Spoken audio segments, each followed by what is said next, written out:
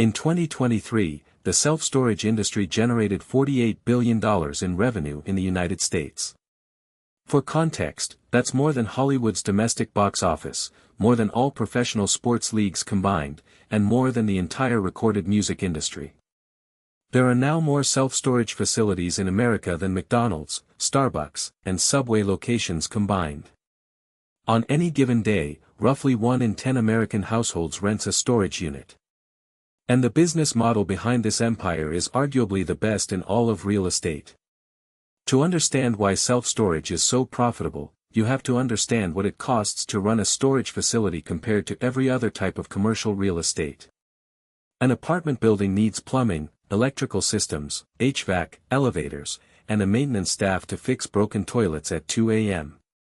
An office building needs security, janitorial services, and constant tenant improvements every time a lease turns over. A retail center needs parking lots, signage, and tenants who can actually sell things in an Amazon-dominated world. A self-storage facility needs a concrete slab, some corrugated steel, a roll-up door per unit, and a fence. That's it.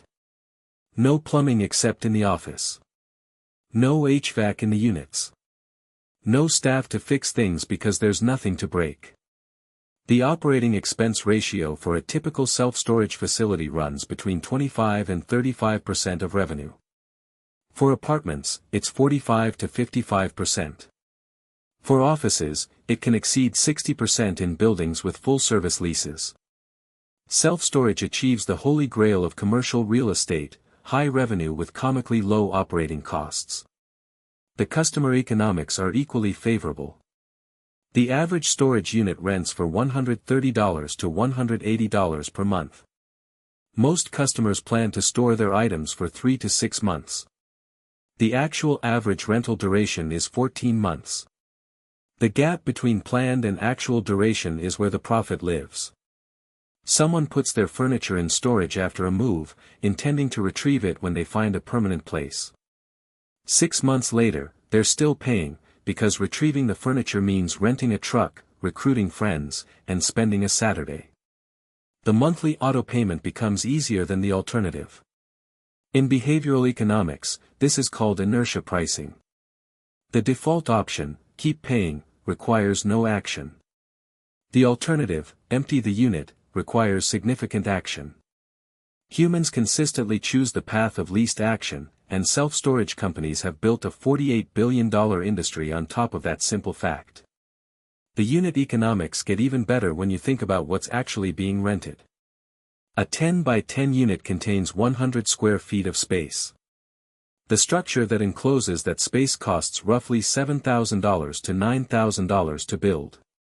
At $150 per month, that unit generates $1,800 per year, paying for its construction cost in about 4 to 5 years, after which almost every dollar is profit for the remaining 25 to 30-year life of the building.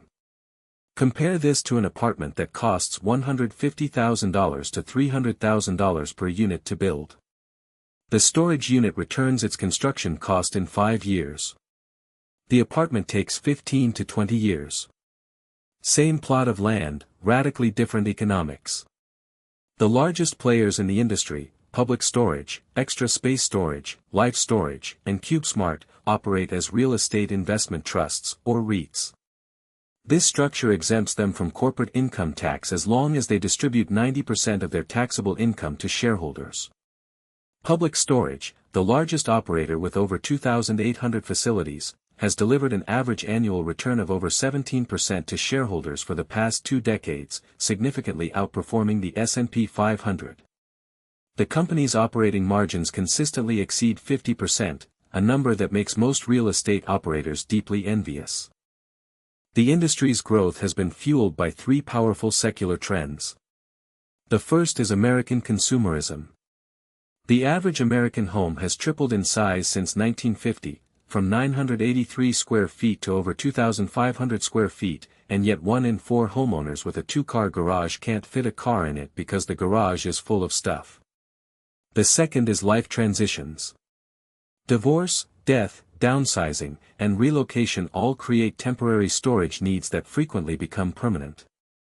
The divorce rate, the aging of the baby boomer generation, and the increasing mobility of the workforce all feed demand for storage. The third is the housing affordability crisis.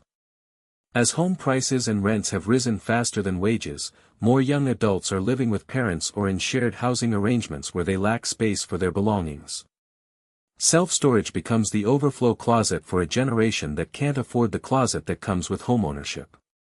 The industry faces one meaningful threat, and it's not what you'd expect. It's not new construction, though overbuilding in certain markets like Houston and Atlanta has temporarily depressed rents. The real threat is that the thing self-storage depends on, the gap between what people think they'll do and what they actually do, might close. If the Marie Kondo decluttering movement ever truly took hold. If rising storage costs eventually crossed the threshold where emptying a unit became cheaper than keeping it. If the generation that grew up with digital photos, streaming music, and cloud storage carried that minimalism into their physical lives. So far, none of this has happened. The self-storage industry has grown through every recession, every housing crash, and every cultural shift for 40 consecutive years. It turns out that Americans would rather pay $150 a month than deal with their stuff. And that might be the most durable business insight in American capitalism.